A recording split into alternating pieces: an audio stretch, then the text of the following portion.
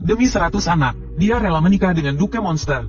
Tapi sudah seminggu penuh, suaminya bahkan belum menyentuhnya. Kalau begini terus, jangan salahkan dia kalau bertindak lebih dulu. Elena dengan kesal membuka pintu ruang kerja suaminya dan menatapnya tajam. Ini pertama kalinya dia melihat wajah suaminya tanpa topeng. Ternyata tidak seseram yang dibayangkan. Bukankah itu tahi lalat? Coba tanyakan pada gadis manapun. Siapa yang tidak mau punya suami berwajah tampan dengan tahi lalat? Elena tak tahan untuk menyentuhnya. Pria itu, yang awalnya ragu, mulai menikmatinya. Sejak kecil, ini pertama kalinya seseorang menyentuhnya. Perasaan ini asing, tapi dia menyukainya. Elena semakin asyik menyentuh. Kulitnya sangat halus, lebih halus dari kulitku sendiri. Entah berapa lama, gadis itu tersadar. Jangan-jangan dia pikir aku mesum? Dia berdeham untuk menutupi rasa malunya, lalu berkaca pinggang, dan memasang wajah serius. Aku sehat, dan tidak sakit. Jadi, malam ini bersiaplah. Datang ke kamarku, aku ingin punya bayi. Setelah itu, dia langsung lari, meninggalkan suaminya yang terkejut dan bingung. Elena yang berlari keluar. Wajahnya memerah. Dia merasa telah bertindak terlalu berani. Tapi demi memberikan pengalaman terbaik untuk suaminya, dia secara khusus meminta pelayannya untuk menyiapkan mandi bunga malam ini. Memikirkan apa yang akan terjadi nanti malam, gadis itu merasa sedikit bersemangat. Malam pun tiba. Elena duduk di tempat tidur dengan gugup menunggu. Seberkas cahaya menerpa wajahnya. Akhirnya Head datang. Mata Elena berbinar. Tatapannya menjelajahi tubuh suaminya. Head masih khawatir kalau dia menakuti istrinya. Sementara istrinya hanya ingin segera merasakan pria setinggi 1,9 meter ini. Melihat suaminya naik ke tempat tidur selangkah demi selangkah, jantungnya berdebar semakin kencang, terutama saat melihat otot dada suaminya yang bidang. Elena semakin tergoda. Kau benar-benar mau tidur denganku? Tentu saja, kita kan suami istri. Kalau tidak denganmu, aku harus tidur dengan siapa? Pertanyaan istrinya membuat pria itu tertegun. Lalu, tanpa banyak berpikir, dia mematikan lampu. Elena bergumam, sepertinya dia suka gelap. Tapi kenapa dia tidak membuka bajunya? Meskipun gadis itu tidak berpengalaman melakukan hal seperti itu dengan pakaian, terasa aneh. Elena penuh dengan pertanyaan, belum sempat memikirkannya lebih lanjut. Alf sudah berbaring. Menurut alur novelnya, setelah gadis itu berbaring, hal-hal yang memalukan akan terjadi. Jadi, apakah aku hanya perlu berbaring dengan tenang? Elaine menutup matanya dan menyesuaikan posisinya. Waktu berlalu detik demi detik. Bersamaan dengan suara dengkuran, gadis itu membuka matanya dengan tak percaya. Astaga, orang ini benar-benar tertidur, meninggalkan istri kecilnya begitu saja. Meskipun marah, pria ini entah bagaimana membuatnya merasa nyaman. Melihat wajahnya, Elaine pun tertidur tanpa sadar. Sinar matahari pagi sangat menyilaukan. Elaine meregangkan tubuhnya dan bangun. Dia tidur nyenyak malam itu, tapi sosok suaminya sudah tidak ada di sampingnya. Namun, selimutnya masih hangat. Mungkin baru saja pergi. Tidak ada yang terjadi sepanjang malam. Elaine merasa aneh. Bukankah begini ceritanya di novel? Apakah punya anak lewat udara? Tapi sebenarnya dia bisa mengerti, karena seorang countess yang dia kenal baru melewati malam pertama 2 bulan setelah menikah. Karena suaminya khawatir dia tidak terbiasa dengan tempat baru, dan akan ketakutan. Tapi Head tidak perlu memberiku waktu untuk beradaptasi. Aku sudah dengan gamblang mengatakan ingin punya bayi dengannya.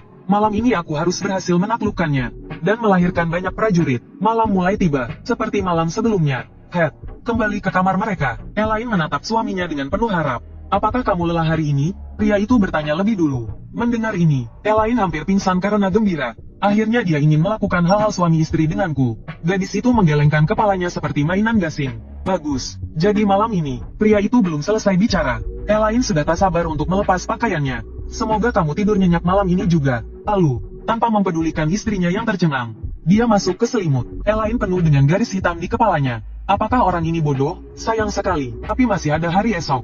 Jadi di hari ketiga, Elaine hampir gila. Jangan-jangan orang ini impoten? Apakah kita akan terus seperti ini? Tidak melakukan apa-apa. Gadis itu sudah minum banyak anggur merah. Head terdiam lama sebelum akhirnya berkata, kau tak perlu khawatir tentang itu. Meskipun kau istriku, aku tidak akan menyentuhmu sedikitpun. Meskipun buku itu tidak menjelaskan secara rinci proses melahirkan, setidaknya dia tahu satu hal. Pasangan suami istri yang ingin bermalam bersama harus melepas pakaian mereka. Lalu, Elaine tiba-tiba menindih suaminya seperti orang gila. Lepaskan pakaianmu. Aku bilang lepaskan pakaianmu. Kau boleh berteriak, tapi takkan ada yang datang menyelamatkanmu meskipun kau berteriak sampai suaramu habis.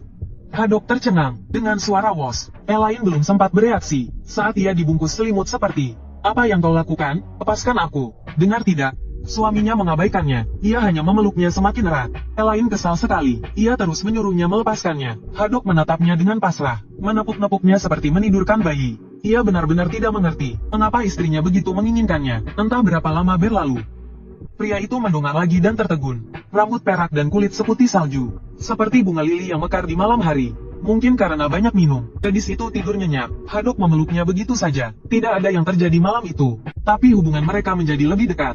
Sinar matahari pagi terasa menyilaukan. Gadis yang baru bangun merasa putus asa. Semalam dia begitu bebas. Sekarang dia begitu malu. Rasanya ingin tenggelam di dalam air. Terakhir kali merasa malu seperti ini adalah di rumah. Saat kakaknya mengajaknya minum diam-diam. Namun akhirnya, dia mabuk dan memukuli kakaknya. Bekas luka di kepala kakaknya sampai sekarang belum sembuh. Tapi jika malu di rumah, itu tidak masalah. Karena ada kakaknya yang melindunginya. Namun kali ini, itu adalah suaminya yang baru menikah. Lebih baik tenggelam saja. Setelah menyesali sesaat, dia memikirkan masalah lain yang lebih menyakitkan. Dia sudah begitu aktif. Tapi kenapa pria itu tetap tidak bereaksi? Untuk pertama kalinya, Elena mulai meragukan. Apakah dia tidak cukup cantik? Dia bahkan bertanya pada pelayan di sebelahnya. Namun pelayan itu bersumpah dengan tulus. Walaupun dia hanya seorang pelayan, dia berani memastikan, "Nona, Anda sangat cantik. Seperti bunga teratai yang baru mekar. Luar biasa indah. Kecantikan yang memukau dan mempesona. Menawan hati. Bak bunga di taman surga." Elena tersipu mendengar pujiannya. Pelayan ini pasti akan sukses suatu hari nanti. Tapi dia tidak salah. Karena sering ada orang yang memuji dia seperti itu. Namun ini menunjukkan masalah lain. Masalahnya bukan dia. Jadi tidak ada yang perlu ditakutkan. Dia harus meminta penjelasan dari suaminya. Segera dia meminta pelayan menyampaikan pesan ke suaminya. Tidak peduli apakah dia sibuk atau tidak. Hari ini dia harus makan siang bersama suaminya. Elena tidak percaya begitu saja. Dengan kecantikan dan kulit seputih susu, istri mudanya ini pasti bisa mengendalikan suaminya. Tapi imajinasi memang indah. Kenyataannya sungguh pahit. Dia tak menyangka kata-kata pertama suaminya saat bertemu. Membuat wajahnya memerah karena malu. "Kau serius ingin begituan denganku semalam?"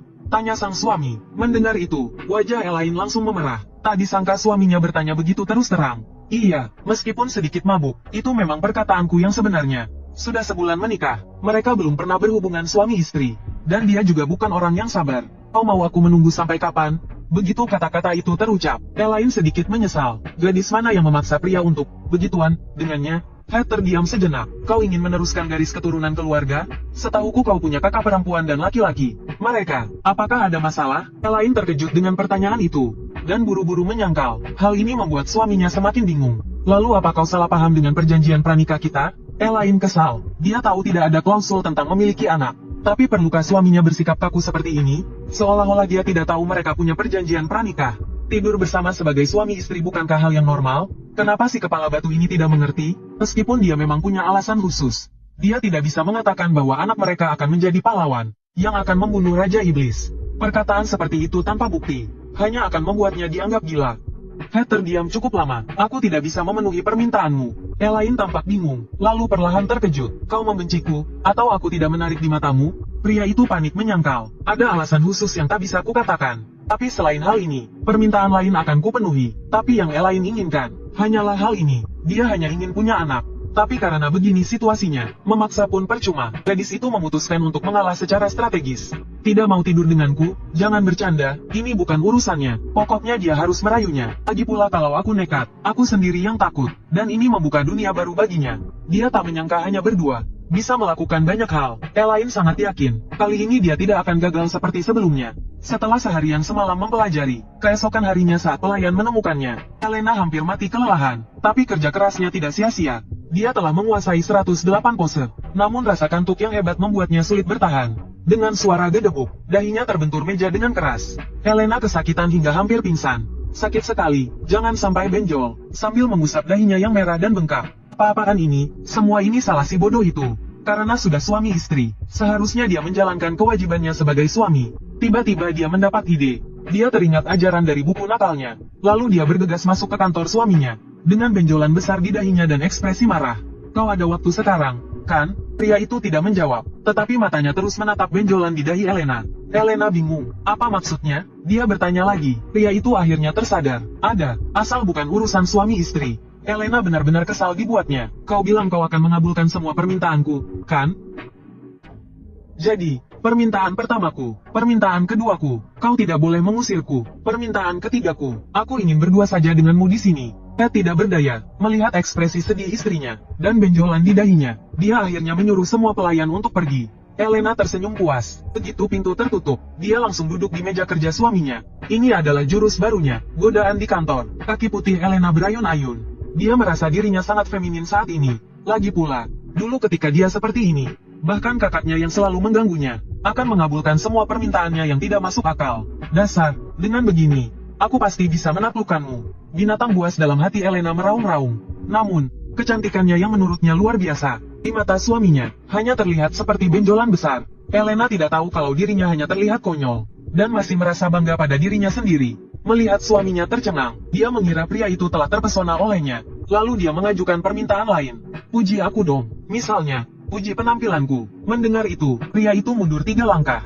Dia mengamati Elena dari ujung rambut sampai ujung kaki. Namun, setelah beberapa lama, dia tetap diam. Elena panik. Apa maksudnya? Jangan-jangan dia menganggapku bodoh? Keduanya terdiam cukup lama. Harde pun perlahan membuka mulutnya. Kau cantik, terutama rambut putih semburat hitammu. Wajah gadis itu memerah. Tangannya yang menopang tubuhnya tak sengaja terlepas. Ia hampir terjatuh, tetapi suaminya dengan sigap menangkapnya. Lalu ia meletakkannya di atas meja. Melihat wajah tampan suaminya yang begitu dekat, jantung Elaine berdebar kencang. Pipinya terasa panas seperti akan meneteskan darah. Dia sangat tampan hari ini. Namun, isi hatinya, tanpa sengaja terucap. Elaine membayangkan apa yang akan terjadi selanjutnya. Tapi suaminya hanya meletakkannya di atas meja. Lalu perlahan berkata, kau cantik, terutama rambut perakmu, warna matamu sangat menawan, dan jarimu. Belum selesai bicara, pria itu terdiam. Ia teringat terakhir kali, istrinya menyentuhnya dengan lembut. Anehnya, perasaan itu membuatnya nyaman. Elaine mengangkat tangannya dengan bingung. Suaminya memang tidak pandai menguji. Keduanya terdiam cukup lama. Gadis itu tiba-tiba menyadari bahwa suaminya yang lugu ini ternyata sangat tampan, terutama mata birunya yang dalam. Kau sangat tampan. Isi hatinya kembali terlontar begitu saja, disusul dengan pipinya yang memerah. Elaine selalu percaya diri. Entah kenapa, hanya dengan pria ini, ia seperti orang yang berbeda. Ia bisa sedih karena satu kata darinya, dan juga bisa bersemangat karena pujiannya. Perubahan ini membuatnya bingung. Mungkin, ia benar-benar mulai menyukainya. Mulai sekarang, kau tidak perlu tidur di kamarku lagi. Setelah mengatakan itu, ia bergegas keluar, kembali ke kamarnya. Elaine masih melamun. Ia merasa terlalu bersemangat tadi.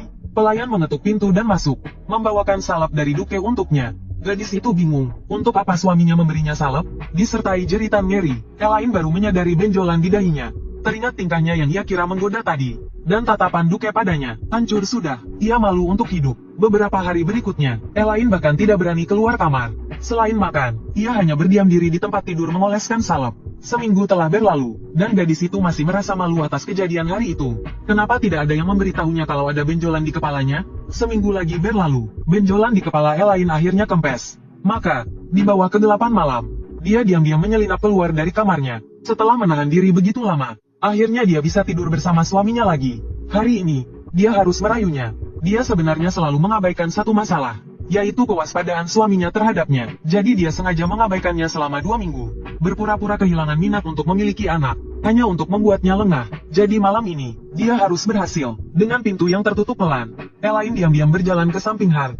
Melihat wajah suaminya yang tertidur, air liur wanita itu hampir menetes. Lalu dia membuka selimut, dan dengan hati-hati naik ke atasnya. Proses selanjutnya, adalah dia dibungkus lagi seperti zombie oleh pria itu. Lihat episode pertama. Dengan suami seperti ini, Elaine benar-benar akan menjadi gila. Bagaimana kalau langsung jujur saja? Langsung mengatakan bahwa anak mereka akan menjadi seorang pahlawan? Saat dia memikirkannya, seekor tawon tiba-tiba muncul. Tanpa basa-basi, ia mengangkat pantatnya dan hendak menyerang gadis itu. Lihat, Elaine harus berbalik dan lari. Tetapi sebuah batu membuatnya tersandung. Saat itu, sebuah tangan meraih pinggangnya dari belakang. Apakah kau baik-baik saja? Pria itu tampan, terutama senyumnya. Tapi entah kenapa, tangan yang memegangnya, membuatnya merinding. Setelah mengucapkan terima kasih, gadis itu bergegas pergi, kembali ke kamarnya. Elaine masih memikirkan pria tadi. Setelah bertanya pada pelayan, dia baru tahu, bahwa pria itu adalah putra kedua Duke. Dia biasanya lembut dan baik kepada orang lain. Pria idaman yang ingin dinikahi banyak wanita. Tapi sampai sekarang, dia masih lajang. Sekarang Elaine semakin bingung. Lalu apa maksud dari perasaan merinding yang dia rasakan? Dia meminta pelayan untuk menyentuh lengannya, tetapi dia masih belum merasakan hal yang sama. Mungkinkah karena jenis kelamin? Tanpa sadar, dia teringat pria lugu itu lagi. Tidak ada cara lain. Dengan wajah serius, dia masuk ke kantor. Dia merasa sangat malu, meskipun masih marah padanya. Dia terpaksa menemuinya. Elaine, bolehkah aku meminjam tanganmu? Suaminya tampak bingung, tetapi tetap mengulurkan tangannya. Tangan kiri Elaine perlahan menyentuh telapak tangannya, dengan hati-hati mengelus ke atas dan ke bawah. Pria itu terkejut. Anehnya, dia tidak merasa jijik. Sebaliknya, tangan kecil itu terasa sangat lembut, membuatnya nyaman. Elaine menatap kapalan di tangan suaminya, dan mulai berhayal lagi. Saat dia berlatih pedang, pasti dia terlihat keren, terutama otot-ototnya yang kencang.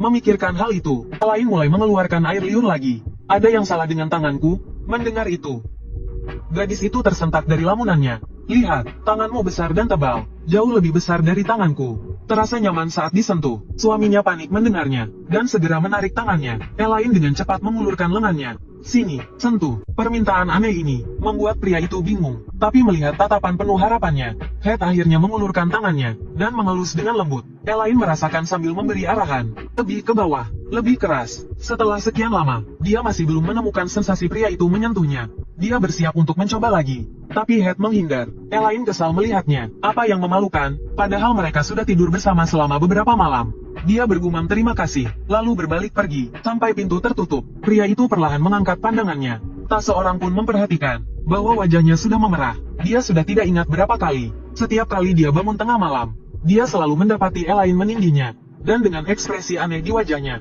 Head benar-benar tidak tahu harus berbuat apa. Sebenarnya, Elaine cukup percaya diri, terutama dengan pedagang herbal berambut pirang yang baru-baru ini muncul. Dia tidak hanya menyelamatkannya, tetapi juga menunjukkan ketertarikan padanya. Aku memang cantik, tapi dia selalu merasa pria itu menyeramkan. Bukan hanya dia, pelayan di rumah juga merasakan hal yang sama. Setiap kali mereka berinteraksi dengannya, mereka tidak bisa menahan rasa takut. Mungkin ini firasat wanita yang memperingatkannya untuk lari. Mendengar itu, Elaine tertegun. Bagaimanapun, dia adalah seorang istri Adipati. Jika si pirang diam-diam mengutak-atik herbal, rumah Adipati pasti akan menderita kerugian besar. Jadi dia memutuskan untuk menyelidiki pria itu, mencegah kerugian rumah, dan melindungi reputasi suaminya. Dengan begitu, suaminya akan berterima kasih, dan memberinya seorang anak. Elena memulai rencananya dengan penuh percaya diri. Setelah diam-diam menyelidiki selama 2 hari, dia menemukan si rambut pirang tidak hanya ramah, tetapi juga sopan dalam berbicara, dan sangat sabar. Dia sama sekali tidak terlihat seperti penjahat. Hal ini membuat Elena sangat bingung. Mungkinkah ini semua hanya kesalahpahaman? Setelah makan, bagaimana kalau kita jalan-jalan? Gadis itu langsung setuju. Sebenarnya, dia selalu punya satu pertanyaan. Si rambut pirang selalu mengantarkan ramuan obat sendiri. Perjalanan sejauh ini, apa tidak merepotkan? Mendengar itu, pria itu sedikit terkejut, karena ramuan obat adalah kebutuhan bagi semua orang, baik tua maupun muda, bukan? Semua orang bisa menggunakannya untuk mengurangi rasa sakit, bahkan menyelamatkan nyawa. Jadi, mengantarkan ramuan obat, memberinya rasa tanggung jawab. Apakah itu lucu? Mendengar kata-kata si rambut pirang, gadis itu ingin menamparkan dirinya sendiri. Orang sebaik ini, bagaimana mungkin dia penjahat? Firasat wanita memang salah, sama sekali tidak lucu, kata Elena dengan serius. Kamu benar-benar orang baik, karena terus melakukan hal yang begitu berarti. Saat itu, adegan yang familiar terulang kembali. Seekor lebah tiba-tiba muncul. Elena ketakutan dan berlutut. Si rambut pirang sekali lagi memeluknya. Saat tangannya menyentuh bahu gadis itu, perasaan dingin itu muncul kembali. Elena sangat kesal. Apakah anak ini punya masalah? Kembali ke kamar, para pelayan menemukan suatu kejanggalan. Setiap kali si rambut pirang datang, akan ada pelayan yang mengundurkan diri. Selama beberapa tahun dia memasok ramuan obat, jumlah pelayan yang mengundurkan diri meningkat. Dan semua pelayan ini berasal dari luar daerah. Orang-orang yang sering berinteraksi dengan mereka, menemukan sesuatu yang aneh. Mereka terlihat menderita, sering muntah, dan menggumamkan kata tidak mungkin. Setelah mengetahui situasi tersebut, Elena menyusun rencana yang lebih besar, yaitu menggodanya. Maka dia pun mengambil risiko, dan mengetuk pintu kamar pria itu dengan membawa minuman keras. Aku punya banyak masalah yang ingin kuceritakan. Maukah kau menemaniku minum? Si rambut pirang terkejut, untuk menciptakan suasana remang-remang dan ambigu. Hal pertama yang Elena lakukan, adalah menutup tirai, sekaligus menuangkan minuman ke gelas mereka. Masalahku agak sulit untuk dibicarakan, dan kau satu-satunya orang luar di sini. Jadi aku ingin curhat padamu. Mendengar ini, pria itu berjanji dengan sungguh-sungguh, bahwa dia akan merahasiakan kejadian hari ini. Saat mereka berdua minum bersama, si rambut pirang segera mulai mabuk. Melihat keadaannya, Elaine sangat gembira. Dengan membujuknya secara perlahan, dia akhirnya mengetahui kebenarannya. Ternyata si rambut pirang telah membuat sejenis ramuan, yang memungkinkan wanita hamil, meskipun tanpa berhubungan dengan pria. Dan ramuan itu telah diuji coba pada para pelayan. Mendengar ini, Elaine terkejut dan terdiam. Saat itulah dia akhirnya mengerti, mengapa para pelayan itu muntah, dan terus mengatakan tidak mungkin. Alasan sebenarnya adalah, mereka hamil meskipun belum pernah berhubungan intim. Si rambut pirang menggoyangkan gelas anggurnya. Kau pasti ingin melahirkan pewaris gelar duke, tetapi kau tidak ingin mengandung anak monster itu, kan? Dia bisa memahami perasaan ini, karena di masa mudanya, ayahnya telah meninggalkan dia dan ibunya. Sejak saat itu, ibunya yang dulunya lembut dan baik hati, tiba-tiba menjadi pemarah, dan terus membenci putranya yang memiliki darahnya. Bahkan sampai ajal menjemput ayahnya, ibunya masih terus menghinanya. Jadi sejak saat itu, si rambut pirang memutuskan bahwa dia ingin mencegah orang seperti dirinya lahir. Melahirkan anak yang hanya memiliki darahmu sendiri. Bukankah itu keinginan seumur hidup kalian para wanita? Mendengar ini, Elaine ketakutan. Orang ini bukan hanya penjahat biasa. Dia benar-benar gila. Elaine agak takut, tapi berusaha tetap tenang dan berdiri. Bukti sudah di tangan. Dia tidak ingin tinggal di sini lagi. Saat dia hendak pergi, si rambut pirang meraih tangannya. Kau jelas-jelas tertarik padaku. Apa kau mau pergi begitu saja? Mendengar itu, Elaine terdiam. Sambil menahan rasa jijik, dia berkata, kau mabuk, kau mabuk. Si rambut pirang mengusap tangan Elaine yang putih. Setiap kali kau bersamaku, aku bisa merasakannya. Kau selalu menatapku dengan penuh cinta. Sangat menyakitkan, kan? Melahirkan anak monster itu, bagaimana kalau kita bersama saja? Lebih baik bersamaku. Nanti, anak kita akan mewarisi gelarnya. Selama kita hati-hati, dia tidak akan tahu. Lagi pula, bukankah tujuanmu datang menemuiku hari ini adalah untuk tidur denganku? Dia menggenggam tangan kakak iparnya dan mengusapnya berulang kali. Sangat menyakitkan, kan? Melahirkan anak monster itu, lebih baik bersamaku saja. Aku akan menjagamu dengan baik. Sambil berbicara, dia mengambil sebotol obat kuat. Tanpa ragu, ia meminumnya, lalu perlahan mendekati wanita itu. Sejak pertama kali bertemu denganmu, aku berpikir, wanita secantik dirimu, terbuang sia-sia dengan monster itu. Mendengar kata monster lagi, Elena sangat marah. Si rambut pirang terus menggodanya, sama sekali tidak menyadari perubahan pada wanita itu. Detik berikutnya, ia menendang selangkangan pria itu. Kau bilang siapa monster? Tidak ada habisnya. Ya, dasar sampah. Bahkan istri kakakmu kau berani goda, dan dia bukan monster, dia suamiku. Sambil berteriak, ia menghajar pria itu. Setelah kesakitan, si rambut pirang mencengkeram tangan Elena, dan menariknya ke dalam pelukannya. Hari ini aku akan membuatmu hamil anakku.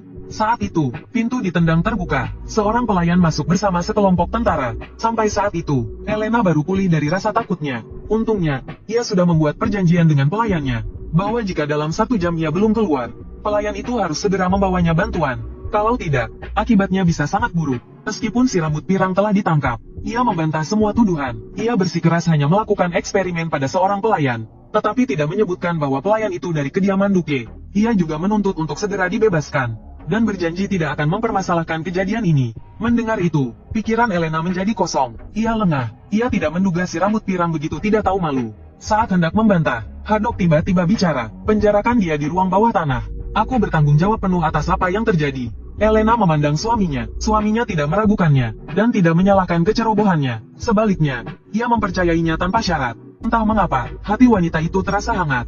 Hanya dalam semalam, suaminya menunjukkan kemampuannya yang luar biasa, dan tindakannya yang tegas. Pelayan itu juga menjelaskan kronologi kejadian kepada Elena. Ternyata, si rambut pirang tidak memiliki obat yang bisa membuat orang hamil.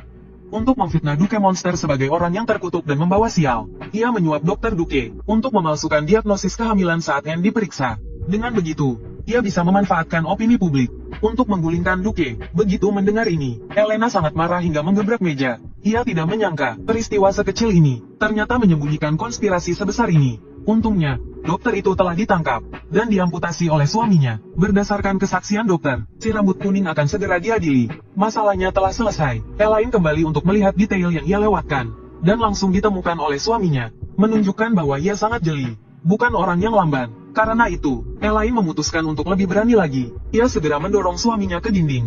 Wajahnya pun semakin mendekat. Aku ingin menanyakan sesuatu. Alasanmu tidak melakukan itu denganku. Apakah karena takut kutukanmu menular padaku? Mendengar itu, Haddock terdiam, lama tak bersuara. Tatapan Elaine menunjukkan keteguhan. Jika suaminya mengangguk, ia akan langsung tidur dengannya tanpa ragu.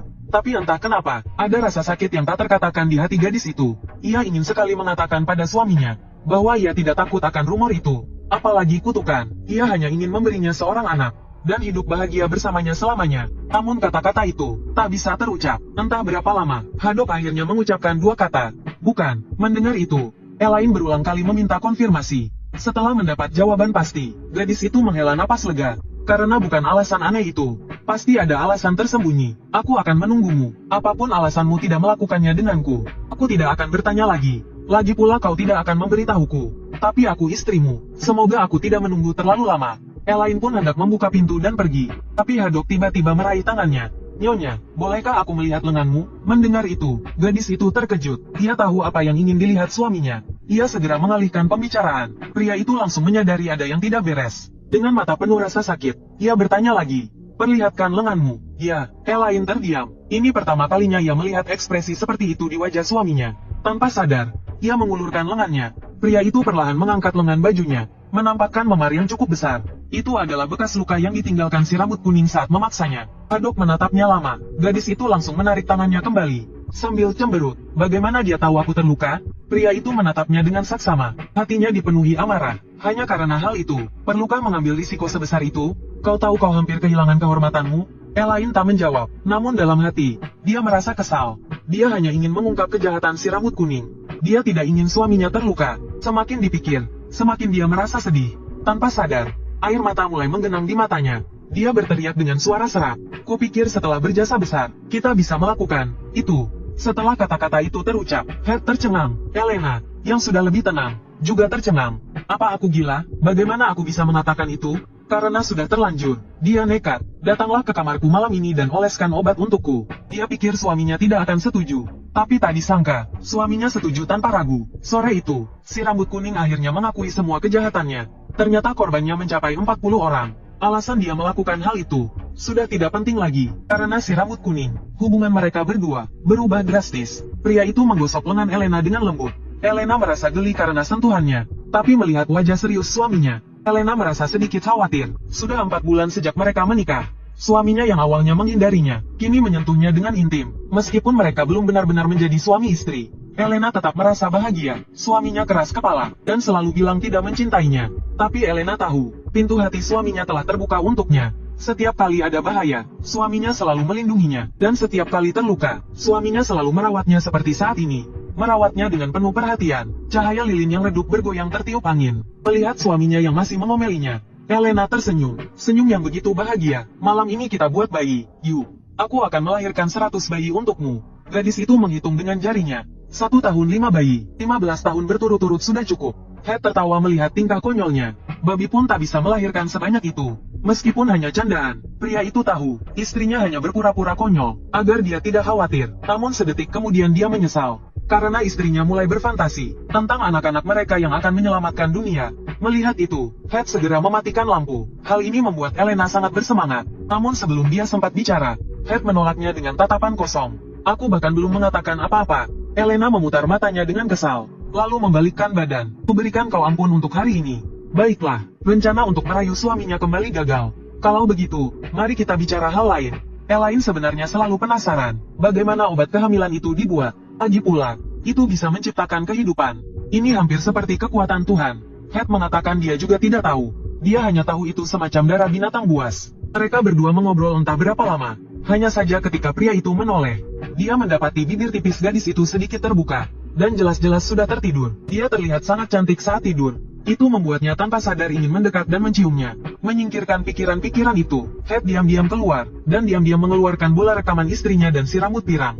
Mendengarkan percakapan di dalamnya, dia bisa dengan jelas merasakan niat jahat pria itu. Lepaskan aku. Tiba-tiba, sebuah teriakan terdengar. Jangan panggil aku nyonya, hanya suamiku. Head, yang boleh memanggilku nyonya. Dia bukan monster, dia suamiku. Bersamaan dengan jeritan istrinya yang memilukan, mata pria itu tanpa sadar memerah. Dia sudah lupa berapa tahun dia tidak merasakan kehangatan seperti ini. Mungkin karena belas kasihan Tuhan, atau mungkin karena takdir. Saat ini, semua keluhan berubah menjadi cahaya bintang di langit, dan perlahan menghilang di bumi ini. Keesokan paginya, di pertemuan minum teh para bangsawan, seorang wanita bangsawan berbaju merah menyebarkan berita mengejutkan. Ku dengar si rambut pirang diserang monster dalam perjalanan tadi malam. Meskipun monster itu tidak membunuhnya, ia secara khusus menyerang bagian bawah tubuhnya, dan benar-benar menghancurkan kemampuannya untuk memiliki anak. Jadi, mulai sekarang, jika kalian bertemu dengannya, kalian bisa memanggilnya saudari. Kabar ini dengan cepat sampai ke telinga Elaine. Dia sangat senang, bajingan itu pantas hidup menderita. Lalu dia bergegas menemui suaminya untuk menceritakan kabar baik ini. Tapi kali ini, dia jelas merasakan suaminya telah berubah. Jika kau bisa memilih lagi, apakah kau masih ingin lahir di keluarga ini? Head pernah berpikir untuk bunuh diri saat kecil, karena bintik hitam di wajahnya. Dia diejek sejak kecil. Mereka bilang dia dikutuk oleh iblis, dan orang tuanya yang tampak menyayanginya di depan umum, sebenarnya sangat dingin padanya. Mereka memukul dan memarahinya, memukul dan menendangnya. Meskipun dia berusaha keras untuk membuktikan dirinya, orang tuanya masih sangat jijik padanya. Setiap kali ini terjadi, anak laki-laki itu akan bersembunyi di semak-semak. Bagi seorang anak, rumput liar yang kusut sangat tajam. Meskipun tubuhnya penuh luka, dia juga masuk ke semak-semak ini setiap hari, karena ini satu-satunya tempat yang membuatnya merasa aman. Jadi, Hade yang tumbuh di lingkungan seperti ini, tidak ingin memiliki anak. Dia tidak ingin anaknya mewarisi tanda hitamnya. Dia juga tidak ingin anaknya seperti dirinya, dihina dan dicaci maki sejak kecil, karena dia tidak bisa menjamin anaknya tumbuh bahagia dan sehat. Mungkin tidak melahirkannya adalah tindakan yang paling baik. Kata-katanya tulus dan jujur. Yelena sangat tersentuh. Baru saat itulah dia mengerti bahwa suaminya memendam beban masa lalu yang berat. Hade menoleh dengan suara pelan seperti nyamuk. Apa kau tidak takut padaku? Setelah menikah denganku, begitu banyak gosip dan hinaan yang ditujukan padamu. Apa kau menyesal? Entah kenapa, Yelena merasa sedih mendengarnya. Meskipun suaminya keras kepala dan bodoh, terkadang tidak peka, dan selalu terlihat dingin, dia tidak pernah menyesal, dan bersamanya, membuatnya merasa tenang. Jadi, jangan khawatir, tanda hitam di wajahmu akan menular padaku. Jika menular, berarti itu penyakit. Jika penyakit, pasti ada cara untuk mengobatinya. Mendengar ini, Hade tertegun. Untuk sesaat, dia benar-benar merasa Yelena bersinar. Mungkin karena terlalu banyak penderitaan dan ketidakadilan yang dialaminya di masa kecil, sehingga dia bertemu dengan gadis sebaik ini. Saat ini, Hade sangat bersyukur atas pertemuan mereka. Namun, rasa haru itu tidak berlangsung lama. Sebelum dia sempat bereaksi, tangan gadis itu sudah menyentuh pahanya. Hade terkejut melihat itu. Yelena segera menarik tangannya. Aku hanya berpikir saja, tapi tanganku bergerak sendiri. Insiden kecil yang ambigu itu tidak memengaruhi keduanya. Pria itu menggenggam tangan istrinya, dan perlahan berdiri. Mereka berdua tidak berbicara, namun anehnya, diiringi angin dingin yang berhembus. Seolah-olah mereka telah berbicara ribuan kata. Kembali ke kamar tidur, Yelena masih larut dalam suasana tadi. Dia bertanya kepada pelayan tentang orang tua suaminya, tetapi pelayan itu juga tidak tahu. Dia hanya tahu bahwa Duke dan istrinya memiliki reputasi yang baik sebelum mereka meninggal. Mereka ramah dan baik kepada semua orang, dan mereka juga sangat menyayangi putra mereka yang dianggap monster. Meskipun orang-orang membicarakan Hade, mereka memuji orang tuanya. Mendengar ini, Yelena marah. Orang tua yang menyayangi anak mereka dipuji, dan itu dianggap sebagai sesuatu yang luar biasa. Teringat perkataan suaminya, gadis itu merasa bimbang. Meskipun anak yang dilahirkannya bersamanya akan menjadi seorang pejuang, dia tidak pernah memikirkannya. Apakah tanda hitamnya akan diturunkan ke anaknya? Dia tidak pernah memikirkan seperti apa masa kecil anaknya nanti. Kaina selalu menganggap melahirkan anak sebagai sebuah tugas. Tapi baru saat itulah dia menyadari